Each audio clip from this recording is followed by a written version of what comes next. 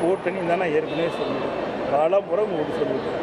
எந்த கட்சியாவது நிலையாக இருந்திருக்குது உண்டா? இப்போ திமுகவில் இருக்கிற கட்சியெல்லாம் நிலையாக இருக்குதா? இருக்க போகுதா? சொல்ல முடியாதுங்க. இது அரசியல் சூழ்நிலைக்கு தக்கவாறு மாற்றங்கள் இருக்கும். அது இப்போ எப்படி சொல்ல முடியும்? ஒவ்வொரு முறையும் தேர்தல் வருகின்ற பொழுது 2019 தேர்தல் வந்து எந்த நேரத்தில் நாங்கள் கூட்டணி அறிவித்தோம்? அதாவது பிப்ரவரி மாதம் தான் அறிவித்தோம். 2021 சட்டமன்ற தேர்தல் வந்து அப்போ எப்போ அறிவித்தோம்? 2010.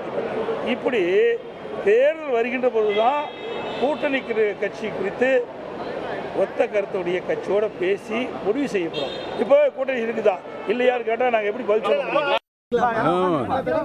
அதாவது இணைவதற்குரிய ஒளிவட்டம் தெரிகிறது, உறுதியாக நடக்கும். மாண்புமிகு மத்திய உள்துறை அமைச்சர் நேற்று ஒரு மெசேஜ் ட்விட்டரில் போட்டிருந்தாங்க.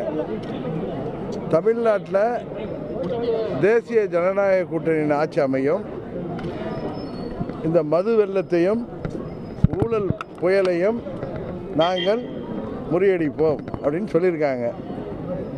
அவர் ஒரு சிறந்த ஒரு அரசியல் தலைவர். அவருடைய ட்விட்டரே உங்களுக்கு எல்லாவற்றையும் உணர்த்தும். இதுக்கு போய் நான் விளக்கம் கொடுக்க வேண்டிய அவசியம் இல்லை. ஏன் இவ்வளவு ஒளிவு மறைவாக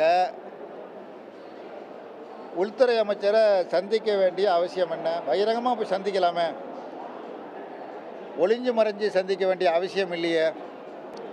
அரசியல் உறவே கிடையாது என்று சத்தியம் பேசியவர் எடப்பாடி பழனிசாமி எந்த நிர்பந்தத்தின் அடிப்படையில் இப்போ போய் சந்தித்து பேசிகிட்டு இருக்கான்னு தெரியல. என்ன நெருக்கடின்னு தெரியல. அப்படிப்பட்ட நெருக்கடி என்ன? ஏதோ ஒரு வகையில் ஒரு நெருக்கடிக்கு உள்ளாகி பாரதிய ஜனதா கட்சியினுடைய மிக முக்கியமான தலைவராக விளங்குகிற உள்துறை அமைச்சர் அமித்ஷாவை சந்தித்து பேசியிருக்கிறார். அது மெல்ல மெல்ல மற்ற செய்திகள் வெளிவரும்.